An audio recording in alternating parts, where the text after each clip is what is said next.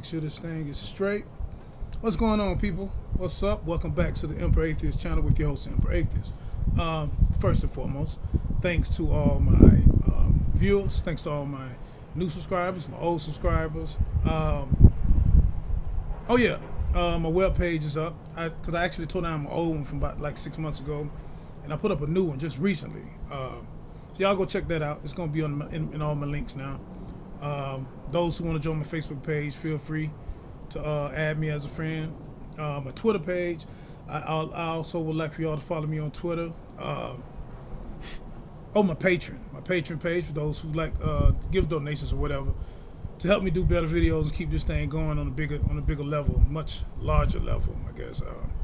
But yeah, this particular video is basically a hypothetical question, just hypothetical question for us, basically for atheists. And basically, it asks the question a lot of people always ask, and I've kind of speak about it or have spoken about it in some of my prior videos, and that's the question of like when we die, because people always ask these questions, so it's only right that I just bring the subjects back. A lot of people ask when we die, and you know this is a funny thing. I don't only just get these questions from theists, or these Pascal Wager type questions. I actually get some of these questions and some of these hypothetical questions from atheists and agnostics. So I said, man, it's funny. I keep getting these questions from people because there's a lot of atheists or agnostics who are still basically, kind of like, I don't know, what I mean, or what I would call, I guess, agnostic atheists or whatever. And they kind of just ask, which are still good questions. I think these are still good metaphysical questions to ask, philosophical questions.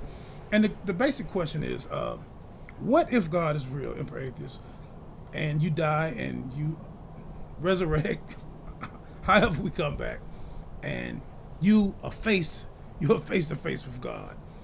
What would you say to him? And what would be your explanation of why you didn't believe him, why you rejected him?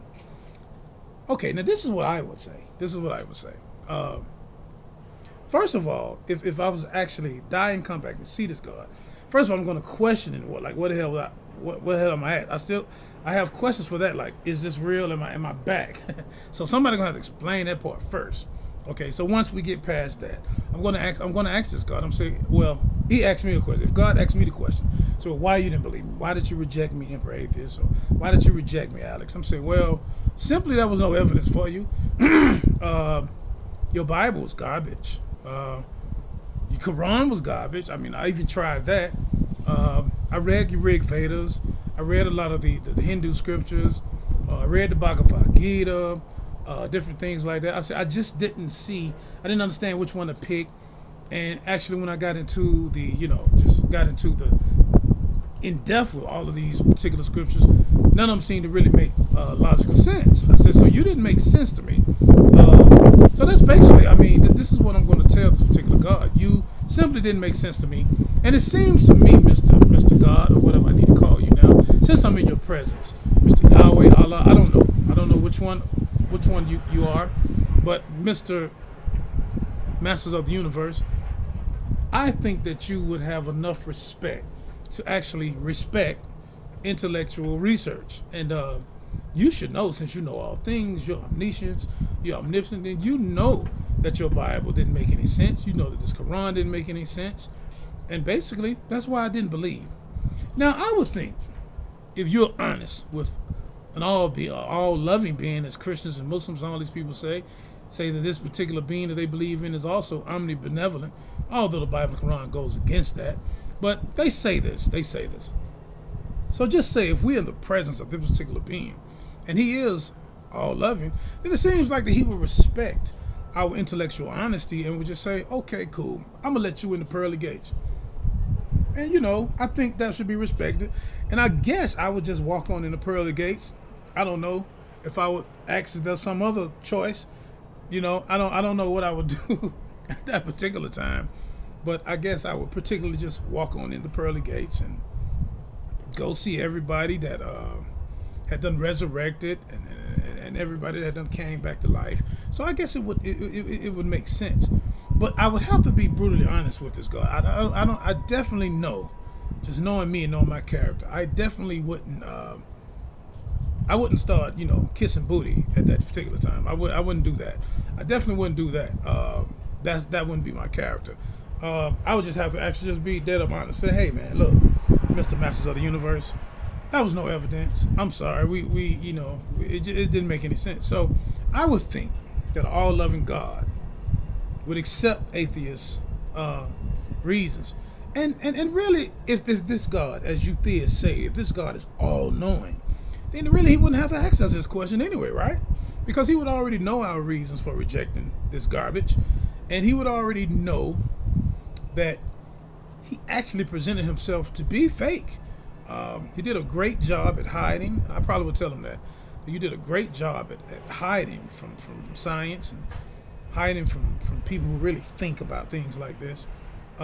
Besides people like William Lane Craig, I'm sure he's going to have a big mansion in heaven. All of the all the lies and garbage he talked and did for you. So I'm sure William Lane Craig is up here, and John Lennox and all these other people, Ray Comfort. Oh man, I don't think you know what? I take that back.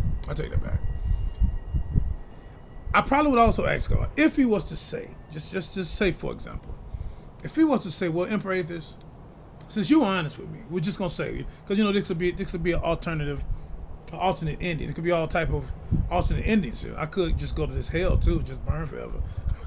However that works. But let's just go with the alternate ending. The alternate ending A, and let's just say God said, okay, Emperor Atheist, I'm going to go on and let you on into my pearly gates because you were honest with me, and I actually know your heart. Okay. And but before I go, I'm going to say what I want to just ask you one more thing, Mr. Master of the Universe. And he's going to be like, what, Emperor Atheist? I'm going to be like, well, is Ken Hovind or Ken Ham, Ray Comfort, any of these guys up here? Now, if he tells me that those guys are in heaven, I'm just going to have to, just politely decline the offer to go to heaven. I'm sorry. I just refuse to be in a place, wherever heaven is. I mean, I'm sure it's going to be beautiful. Streets of gold and all this type of stuff. Land of milk and honey. I'm sure it's going to be nice. But I just couldn't see myself spending eternity with people like Ray Comfort and Ken Ham and Ken Hovind and William Lane Craig. I'm sorry. I would just decline the offer. And where I go after that, it really wouldn't matter. But that's basically what I'll do. I'm sorry. I couldn't see myself just being somewhere forever listening to that garbage. But just for some of you atheists, and all jokes aside now, but because there are certain atheists out here, and this is something I want to speak on too. As far as depression goes, there are a lot of people, man, in this world, not just America, in this world, who suffer from depression, who suffer from different things like this. And religion has played a big part in things like this. Some people who have actually came to the grips of rejecting religion. Sometimes there are atheists out here who feel to a degree that, well, I don't believe in God anymore, so I basically have nothing to live for, or there's nothing to comfort me, or when I'm down, and I hope I'm speaking to somebody out here, and hopefully this can help someone. There are just certain people. Everybody is different, regardless of our epistemic proposition of what we believe. All Christians are not the same. All atheists are not the same. All Muslims are not the same. But when it comes to religion, everyone knows that religion plays a big part in human culture and society so far. And a lot of people believe in God because of things like this. Because, well, not just because they were indoctrinated with it as a child, but because they actually want to believe in a life after death, to see their parents again, see their dead loved ones. And it makes sense. It makes perfect sense for a human to want things like that. But then you have basically kind of the same. You still have theists who question their Bible, who actually can see the problems in their Bible, who actually can see the problems in their belief, the problems in their Quran, the problems with Islamic theology and Christian theology. But they have to hold on to this because it still comes back to the afterlife. People do not want to accept, and this is just what I've gathered from years. It's not even always about, the religion or the theology itself. You can talk till you're blue in the face with some of them, and eventually a lot of them agree with you, like, yeah, you're right about that, Emperor Atheist, or you're right about this, or you're right. Matt Dillahunty said that he talked to folks. Dan Barker have even told me this, not only in my interview, but even in private when we talked about how some of his old Christian friends would agree with him in private and say that you're right, you make good points about this. They would agree about the inerrancy of the Bible or just the proposition of theism, but they would still be theists. And because I think it comes down to people, humans, we just don't want to die. We don't want to die. We're just afraid of the idea that we won't come back, and that's just a hard pill to swallow for a lot of people. And I make an example. I always say, just think about all the millions of years before we were born that we didn't know we wasn't here. It was like we just wasn't here. We didn't exist. So that was millions and millions of years, thousands, hundreds of thousands of years that we just didn't exist. But once we got here, we were born and we grew up, and we took on whatever culture that we took on. We don't want to leave this place. We do not want to leave the physical plane. So religion is almost like a, it's like a comfort, basically. It's a psychological couch. It's a psychological comfort. It's something that we just don't want to accept. Even the Christians and Muslims that I've talked to over the years, who agree with me on a lot of things that I say, they still, even while we're talking, they say, but Emperor, or but Alex, those who know me, they say, but man, you don't think we coming back? You don't think it's something? Even if I get them to a position, or I push them in a wall to say, okay, well, the biblical God does sound incoherent, or the Quranic God, Allah, does sound incoherent, they still come with a strong pushing, like, but still though, Emperor, regardless, okay, Allah might not be the real one, or Yahweh might not be the real one, but still, don't you think there's something after death? And see, this is the thing. And so my years of experience and having these discussions on and off air, in public and in private, I think it's basically come down to the fear of death. And this is prevalent even with a lot of atheists, those who proclaim atheism today. A lot of us are afraid of death. And a lot of things that happen to us in life, hard things, hard times, especially, you have a lot of suicide among atheists. A lot of things that happen with us in life, after we have given up a proposition like theism, then it's almost like, well, it's nothing that'll help us. It's we have no hope. There's no there's no metaphysical super being that is listening to my cries, or there's no super being that is wondering, that is trying to help me with these bills, or help me with my kids or my grandkids, or understand what I'm going through on the job. And see, this is why I stress, man, that atheists, as secularists, as agnostics, we need to build more things for our own. We need to build shelters. We need to have hotlines where atheists, where people can call, because being atheist do not change the fact, or agnostic does not change the fact that we're human still, and we need these things too as a comfort. Because like I said in a lot of my videos about religion, period, I said the church is what the church has on atheism as a whole, is the church still has a comfort zone for people. They still have a place for people to go to, where the preachers or whoever, the elders, can talk to them about things, and sometimes even help them out financially. And I've also spoken on a lot of the atheist outreach programs. Well, we need more, and not only just the programs, we need atheists ourselves as individuals to be more talkative to each other about things just besides religion, because it ain't all about religion. Because if you're already atheist, then you don't care about God anyway. I do this just to reach people, to talk to people. I don't care what people believe. I really don't care. So people say, well, why atheists always talking about religion? Because most atheists were theists and we were religious, and we understand the mental shackles. That's why we still talk about it. Not only the mental shackles that it has on people, but we also understand the political of things that happens with religion, and cuckolds that religion can have on people and force their way into our schools. So we need to talk about it, and we need to push back these things. But at the same time, we need to be more social.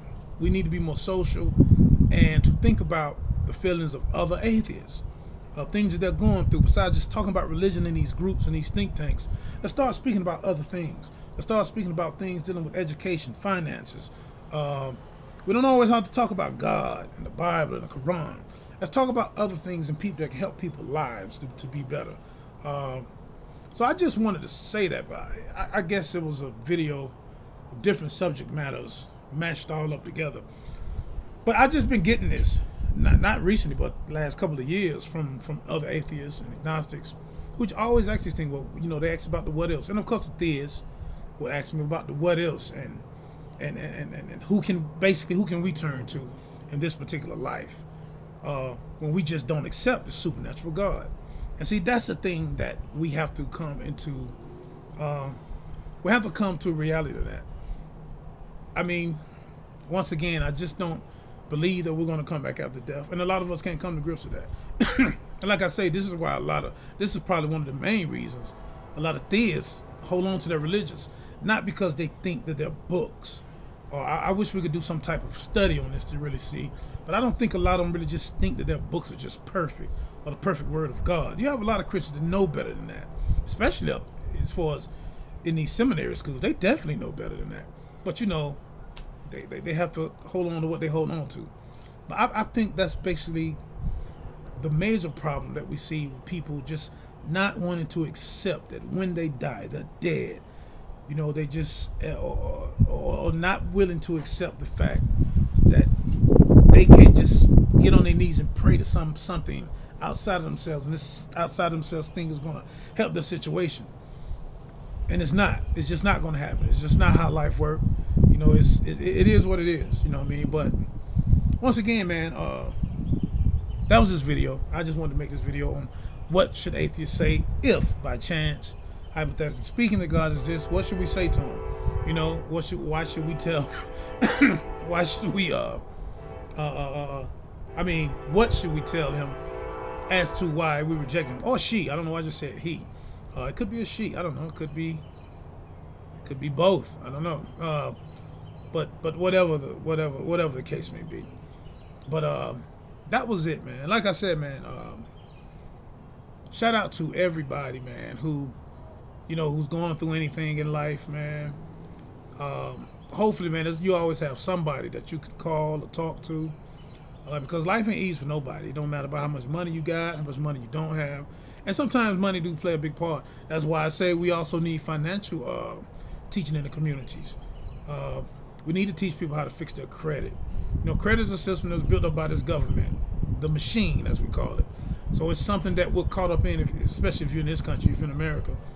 So we need to teach these things, how to get around, how to beat these loopholes. IRS. We need to give classes on IRS and how to beat that scam. Because it is a scam in a lot of ways. A lot of times, you know, you get charged a lot of taxes and back taxes. You don't have to pay all these things. So we have to teach people how to get out of these debt with IRS. Teach people how to actually find better jobs, how to actually do real work researches. You know, some people don't even know how to do real good resumes. So we need to teach people how to do resumes. You know, we need to set up programs for non-believers and whoever, believers too, who want to come in and have counseling for a lot of these people about different issues, man, because it ain't all about just God and the devil and not believing in God or the devil.